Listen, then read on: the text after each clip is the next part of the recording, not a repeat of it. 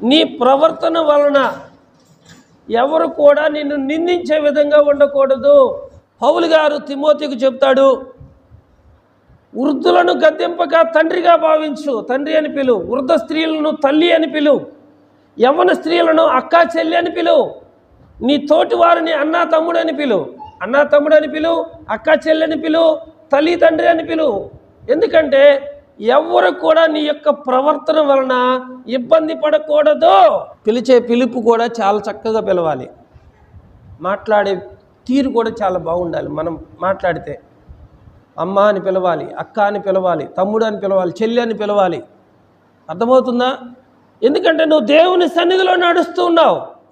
నువ్వు మర్యాదగా మాట్లాడాలి, నువ్వు మర్యాదగా నడుచుకోవాలి. నేను ఇంతే మాట్లాడతాను, నాకు ఇంతే వచ్చు అంటే ఎలాగా? నేను ఇంతే మాట్లాడతాను కాదు. పద్ధతి మార్చుకోవాలి, మాట్లాడే విధానం మార్చుకోవాలి. తర్వాత అంటాడు, నీ యవ్వనమును బట్టి ఎవడు నిన్ను తృణీకరించనీకోకుండా చూసుకోవాలి. ఎవరు కూడా చూసారా? నువ్వు యవ్వనస్తుడివే కాదని నేను చెప్పను, కానీ అనవసరమైనటువంటి మాటలు నీ మీదకు రాకోకుండా నిన్ను నీవు కాపాడుకోవాలి, భద్రం చేసుకోవాలన్నమాట. దుష్టుని చేత నీవు మోసపోకూడదు. దేవుని వలన నువ్వు బలం పొందుకోవాలి అంటే ఎప్పటికప్పుడు దేవుని వాక్యం చేత నిన్ను నువ్వు సరి చేసుకోవాలి. అందుకని దేవుడు అంటాడు, యవ్వనులు దేని చేత తమ నడకను శుద్ధి చేసుకుంటారు, తమ ప్రవర్తనను సరి చేసుకుంటారు అంటే దేవుని వాక్యాన్ని బట్టి దాన్ని జాగ్రత్తగా చూసుకోవటం ద్వారా వారు పాపానికి దూరంగా ఉంటారు. ఇతరులు అవమానించడానికి కానీ, ఇతరులు నిందించడానికి కానీ ఏ విధంగా కూడా సాతాను యొక్క తంత్రాల్లో వారు పడకుండా ఉండటానికి నిన్ను కాపాడి నీకు ప్రొటెక్షన్ ఇచ్చేది ఏంటి అంటే దేవుని యొక్క వాక్యం. దేవుని వాక్యం నీ జీవితంలో లేకపోతే ఈజీగా పాపంలో పడిపోతావు. పాపంలో పడిపోతున్నావంటే దేవుని వాక్యం నీలో లేకపోవటం వల్ల, దేవుని యొక్క జీవము నీలో లేకపోవటం వల్లే నువ్వు పాపంలో పడిపోతున్నావు.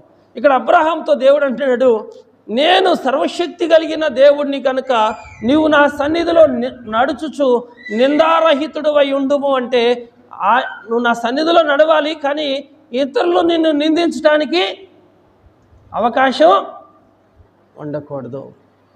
కొంతమందికి ఏ తప్పు తెలియదు, ఏ తప్పు చేయరు, కానీ వాళ్ళ ప్రవర్తన ఎలా ఉంటుందంటే వీళ్ళు చేశారేమో అన్నట్టు ఉంటుంది. వాళ్ళ మాటలు కానీ, వాళ్ళ చూపులు కానీ, వాళ్ళ ప్రవర్తన కానీ, వాస్తవానికి వాళ్ళకి ఏ పాపం తెలియకపోవచ్చు, కానీ ఎలా ఉంటుంది? ఏదో మొత్తానికి వీళ్ళ మాటల్లో కొంచెం తేడా ఉందని అనుకుంటాం అనుకోవా?